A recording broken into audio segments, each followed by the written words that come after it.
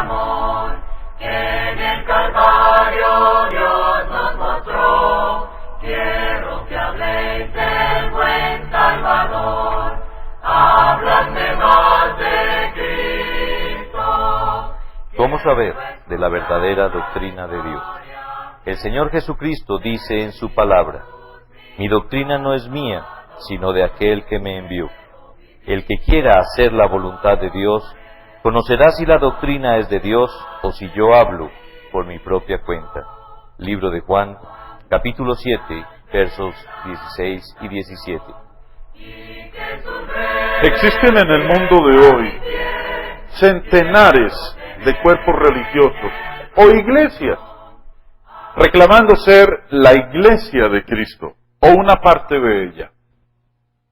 Es sabido de todos que estas iglesias difieren las unas de las otras, teniendo distintas creencias y prácticas. Por eso la pregunta: ¿estableció Cristo todas estas iglesias? Si todas ellas son de Él, ¿por qué no están de acuerdo?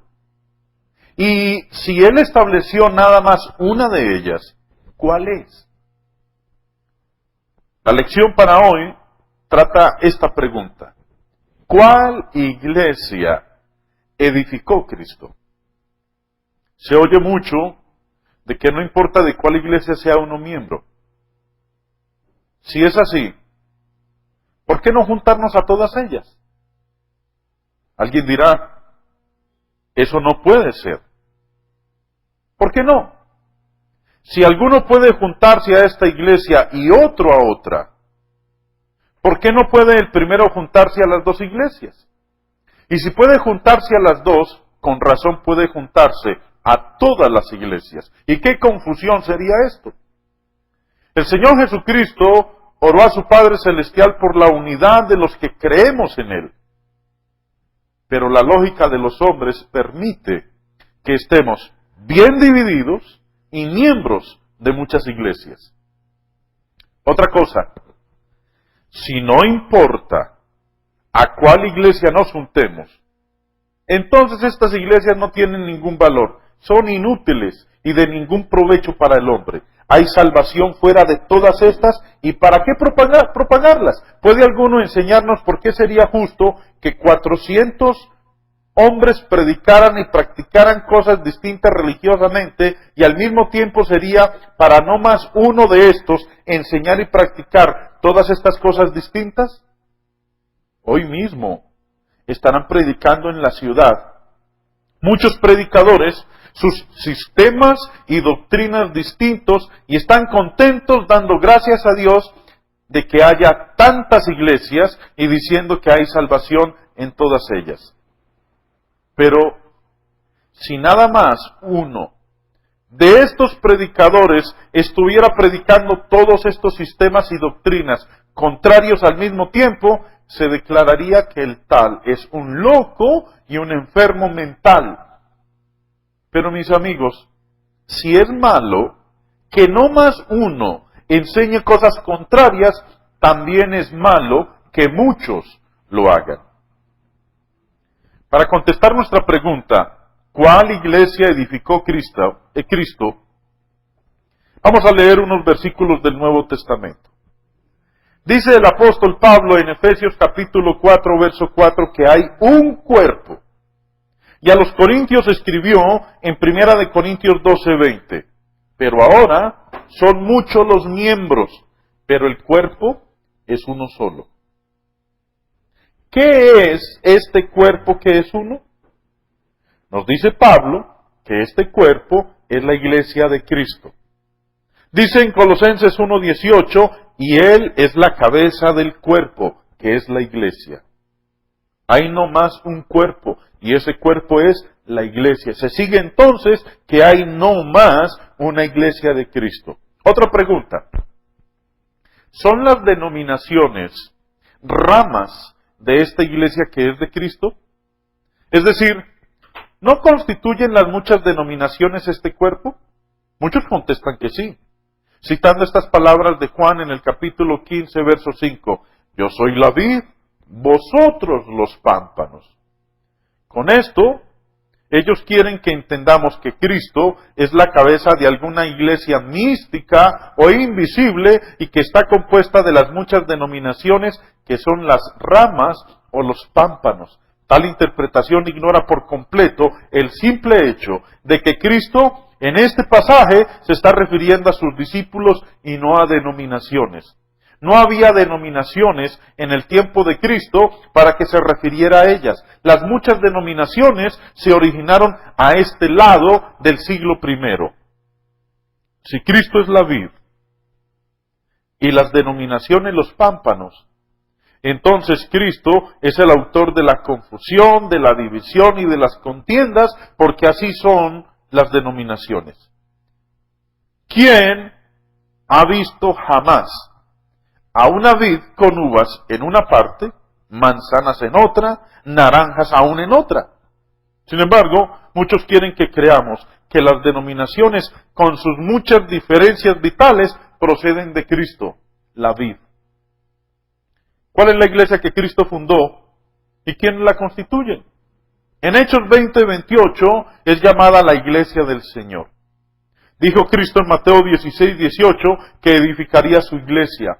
Pablo se refiere a las congregaciones de cristianos en las muchas partes del mundo como las iglesias de Cristo en Romanos 16:16.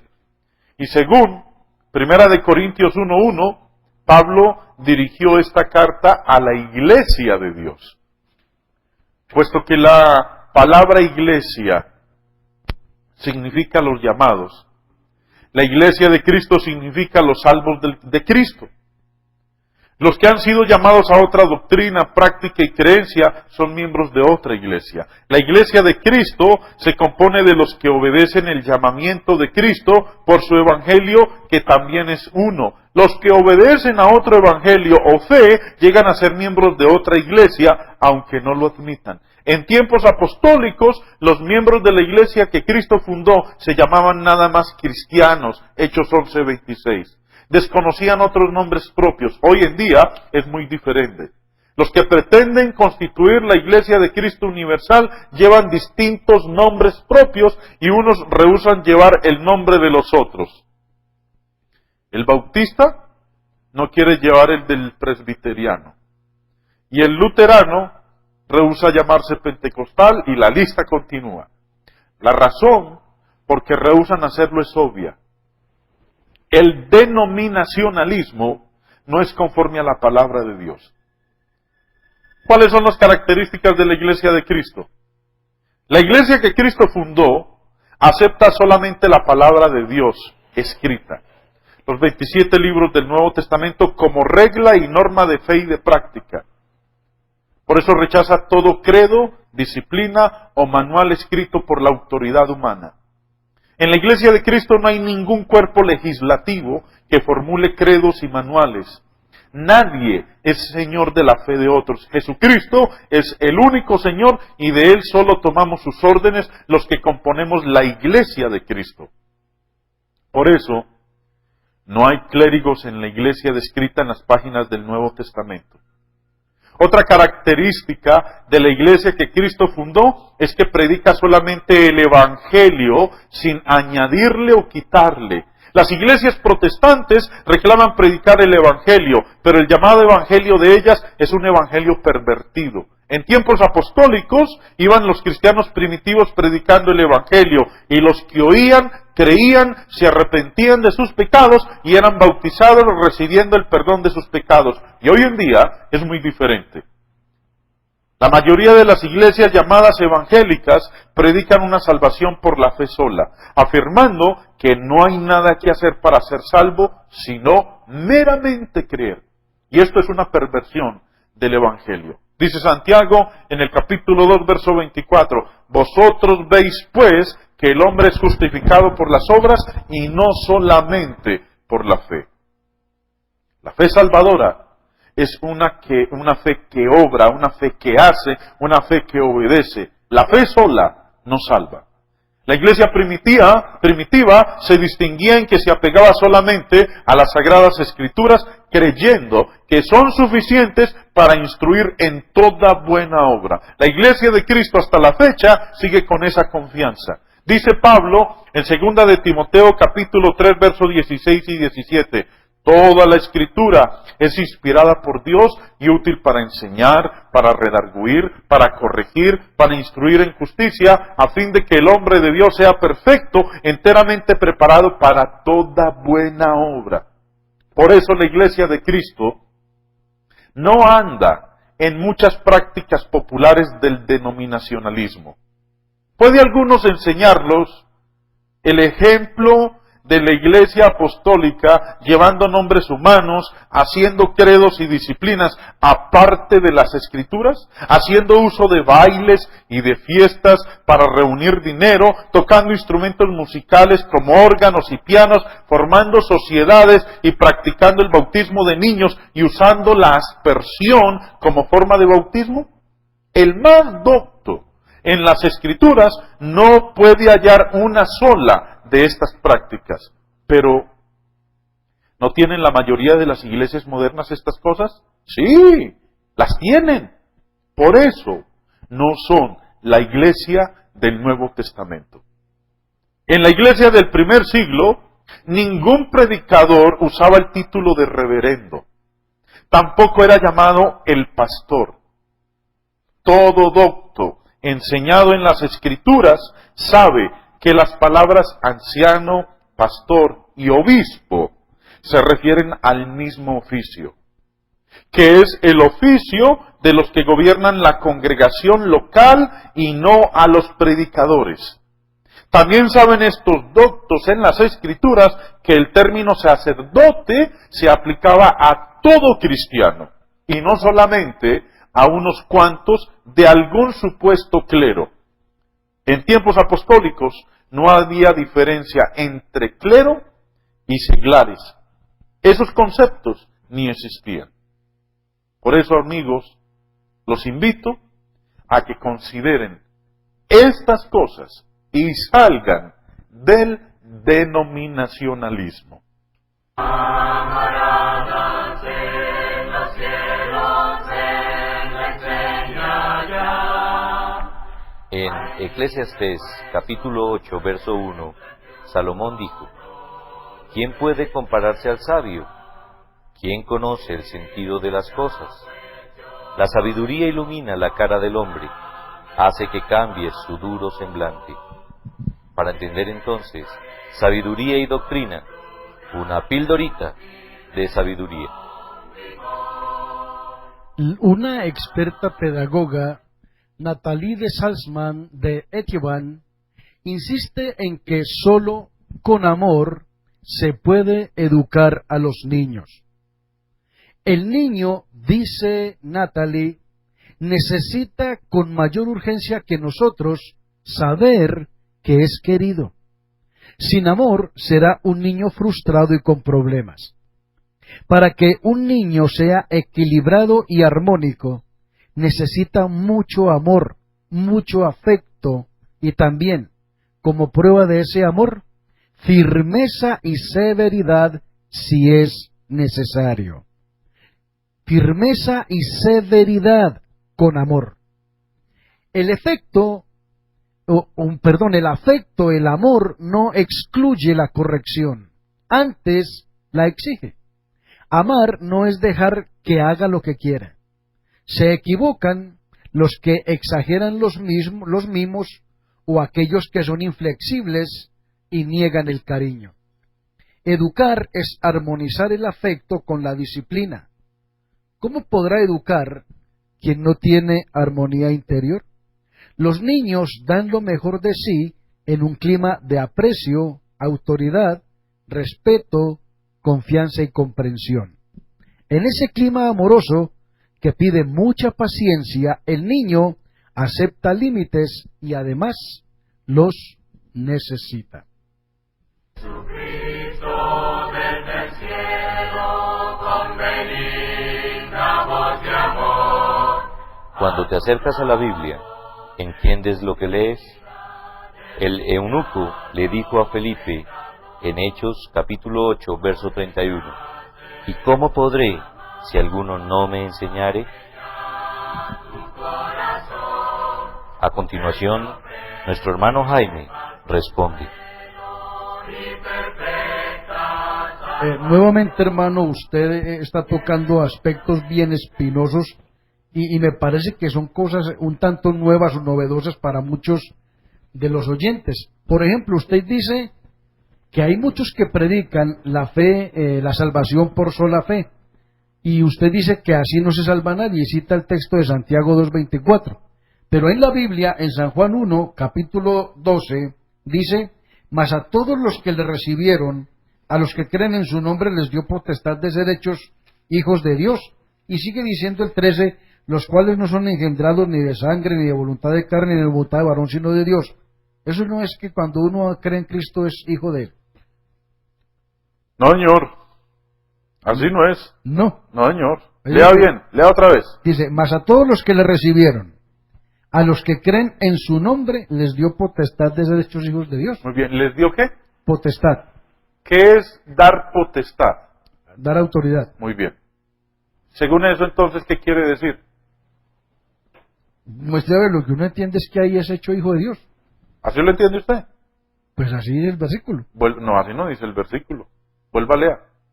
Mas a todos los que le recibieron, a los que creen en su nombre, les dio potestad o autoridad de ser hechos hijos de Dios. De ser hechos hijos de Dios. A no de hacerse hijos. No, de hacerse, les dio potestad de hacerse hijos de Dios. Ya. Pero el versículo no está diciendo cuándo uno se convierte en hijo de Dios. ¿O sí lo está diciendo? No dice que a los que le recibieron, a los que No, creen no, en su no, nombre. no, no. Ahí está diciendo que les da ¿qué? La autoridad. La autoridad de convertirse en hijos de Dios. Pero no dice cuándo. Allá. No, no es que ahí se hicieron hijos de Dios. No, no, ahí no está diciendo que en ese momento se convirtieron en hijos de Dios. ¿O sí? Pero así entiende uno. Bueno, que entienda así. Pero que lee. Que a los que reciben al Señor y a los que creen en su nombre, Él les da la autoridad de hacerse hijos. Hacerse hijos de Dios. ¿Cuándo se hace uno hijo de Dios? Una cosa es que yo le dé a usted un derecho y otra cosa es que usted haga uso de ese derecho. Ya. ¿Y cuándo puede hacer usted uso de ese derecho? Mire, si yo como padre de familia hago un testamento y digo, mis hijos, mi hijo mayor, yo quiero que cuando me muera le den tanto de mi herencia. Sí. ¿Te le doy qué? En la autoridad. La autoridad. ¿Pero la puede reclamar en ese momento? No, es cuando se muera. Es cuando me muera. Ahora, lo mismo es aquí. Aquí Dios me da a mí el derecho, pero no quiere que en ese momento yo me convierto en hijo de Dios. Ya. Pablo, en la carta a los Gálatas, en el capítulo 3, nos dice cuándo es que una persona se convierte en hijo de Dios. Vamos para allá. Gálatas, en el capítulo 3, dice, en el versículo 26 y 27. Póngale cuidado y quiero que lo lea conmigo, porque usted como que se le están trabucando las vistas. Dice así. Si no me han operado. Gálatas capítulo 3 dice en el verso 26, pues todos sois hijos de Dios. Ahora, Pablo le está escribiendo a los cristianos que habitaban en la región de Galacia. Sí. Y les dice, todos ustedes son hijos de Dios. Amén. ¿Sí? Sí, sí. Por la fe, continúa diciendo, por la fe en Cristo Jesús. Ahí dice. Momentico, joven, momentico, espérese. Vamos por partes. Sí, sí, sí, sí. Del verso 26, Pablo les dice, todos sois hijos de Dios por la fe en Cristo Jesús. Amén. Ahora le hago una pregunta, hermano Hugo. ¿Eso es pasado, presente o futuro? Presente. Presente. Si todos ¿Cómo son- sabe usted que dice que es presente? Porque está el verbo ser conjugado frente a vosotros sois. Está diciendo, vosotros sois. En este momento. No está diciendo fuisteis, que sería qué. Pasado. Ni tampoco les está diciendo seréis, Que es futuro. que sería futuro. No, no, no. Les está diciendo, vosotros sois Hijos de Dios. hijos de Dios por la fe En en Cristo. Cristo Jesús. Y Amén. sigamos leyendo. Y esta sí me la lee usted, versículo 27. Porque todos los que habéis sido bautizados en Cristo, de Cristo estáis revestidos. Muy bien. Vuelva a leerlo. Porque- El primer renglón. Porque todos los que habéis sido bautizados. Muy bien. Dice, todos los que habéis sido bautizados. Ya. Habéis sido bautizados Hermano Hugo, ¿eso es futuro? No, es pasado. ¿Es presente? No, No, es pasado. es pasado. Dice, habéis sido bautizados. Amén. Ahora vamos a juntar el verso 26 y el 27.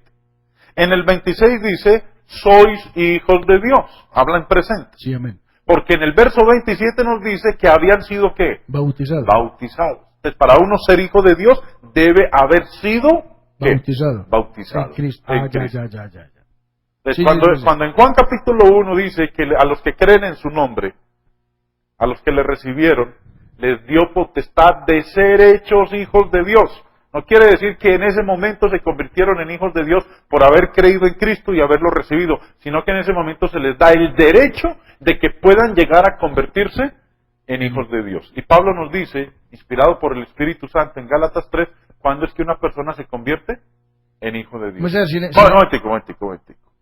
Según Pablo en Gálatas 3, ¿cuándo es que una persona se convierte en hijo de Dios? ¿Cuándo soy bautizado en Cuando ha Cristo? sido bautizada en Cristo. Antes no. Ya. Ahora, ¿qué me iba a preguntar? No, lo que le iba a decir era que si le entendí bien, entonces la cosa queda más o menos así. Una cosa es que yo acepte a Jesús en mi corazón como mi Salvador. Otra cosa es que Él me acepte a mí como hijo. Sí, señor. O sea, son dos cosas distintas. Dos cosas totalmente Yo ahí lo distintas. recibo y yo me siento que lo Y recibo. muchos creen que porque recibieron a Cristo en sus corazones, entonces el Señor ya los aceptó. Ya, Y eso no es cierto. yo lo acepté a Él. Sí. Ahora es cuando Él me acepta a mí. Exacto. Es lo Cuando que usted es bautizado. Ah, ya. Amigos, les hablamos en el día de hoy. Su hermano y amigo Hugo Hernán López. Y Jaime Restrepo, evangelistas de la Iglesia de Cristo. Dios les bendiga y que tengan un feliz resto de día.